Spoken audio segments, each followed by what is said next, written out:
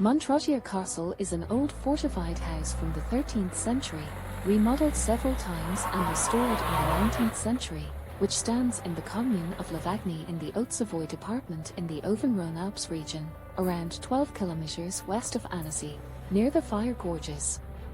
Situation: Montrottier Castle is located in the French department of Haute-Savoie in the commune of Lovagny, in the Savoyard foothills. It stands 1 kilometer southeast of the town on a hill 445 meters high that dominates the entire region. From the rampart walk, the view embraces the rolling countryside and extends beyond the mountains that dominate Lake Annecy to Mont Blanc. Built on a rocky peak, surrounded by the old bed of the Fier, a grande fosse, it monitored the passage of the Fier River on the road linking Chambéry to Geneva. History: the site would probably have been occupied in Roman or Saracen times with a defense post. The castle buildings were built between the 13th and 15th centuries, with additions in the 19th and 20th centuries.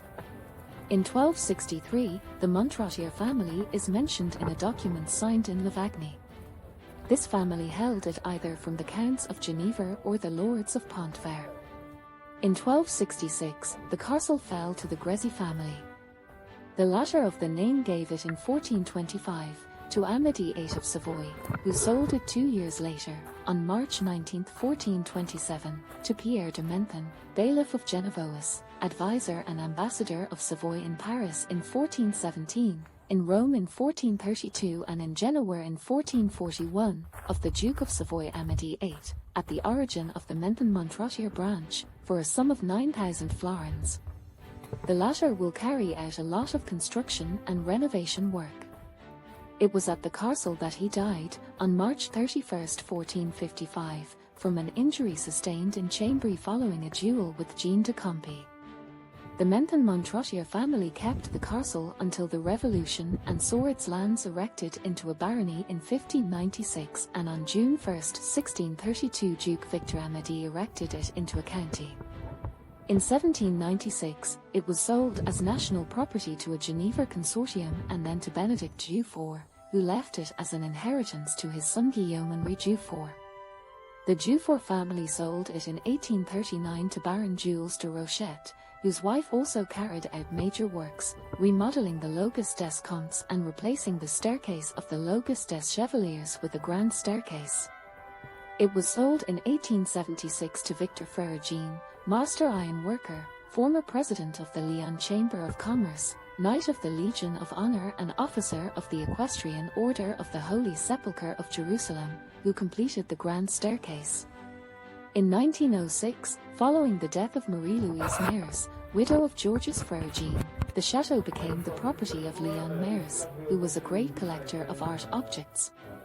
Upon his death on the 14th of August 1916, he bequeathed it, along with his collections, to the Fleury-Montaigne Academy, founded in 1606 by François de Sales and the jurist Antoine Faure. The latter is still the owner today. Since 1949, the Fleury-Montaigne Academy has supported and published the research and work of Joseph Serrand on the history of the chateau and its owners, and since 2007, that of Julien Copia, a member of the committee responsible for the collections between 2012 and 2022, on Leon Mers, the other owners and the collections 5.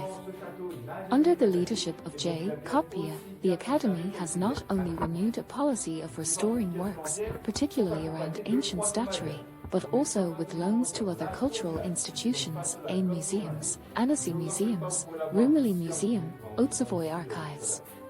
J. Copia also leads the research with a series of articles published in La Revue Savoisienne, written by specialists who study parts of the collections.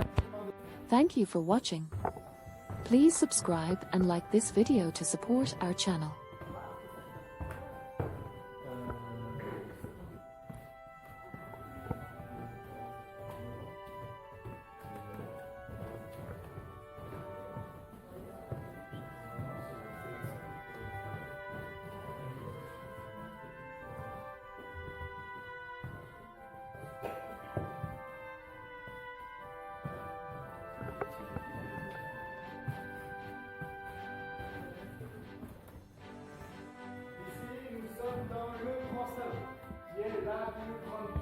de ce château.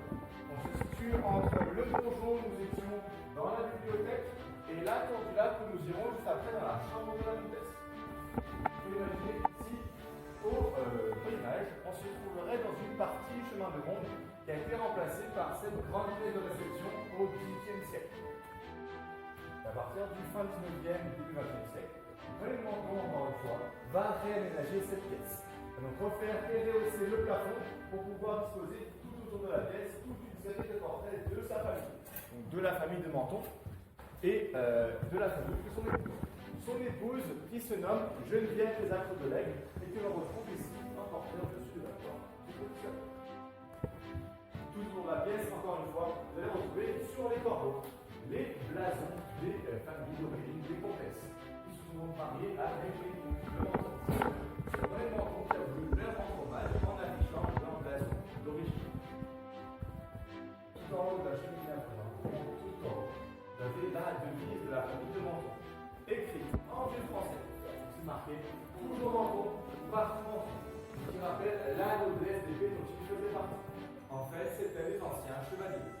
Par opposition à la noblesse de Rome, qui eux sont des magistrats bourgeois ayant acquis le titre de noblesse, soit par le droit, soit en l'achetant directement. En face de cette cheminée, nous avons ici une tapisserie monumentale qui a été réalisée dans la manufacture royale des notables à Paris. Cette tapisserie est faite en soie qui a été offerte par le roi Louis XV à son chancelier qui était l'ancêtre de l'épouse de René Menton, ancêtre de Geneviève des Acres de l'Aigle. C'est pour ça qu'on la retrouve encore aujourd'hui dans la famille. Et elle va également rappeler l'importance des alliances matrimoniales à l'époque. Maintenant, nous avons ici sur le mur une photographie en noir et blanc de François de Menton.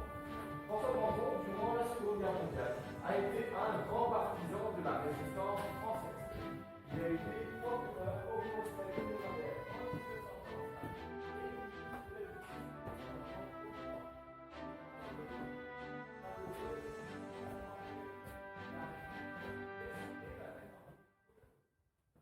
L'autre grand personnage qui est terminé ici, c'est Jean-Jacques Rousseau, et il a été non en tant que philosophe, en tant que pianiste, pour pouvoir enseigner aux filles de la famille de Menton de l'époque. Maintenant, nous avons trois petites pièces attenantes au grand salon. Donc tout au bout, nous avons la chambre du vieux-comte, qui a été l'ancienne chambre de René de Menton. On peut y observer son lit, ses effets personnels et un herbier qu'il a composé de 950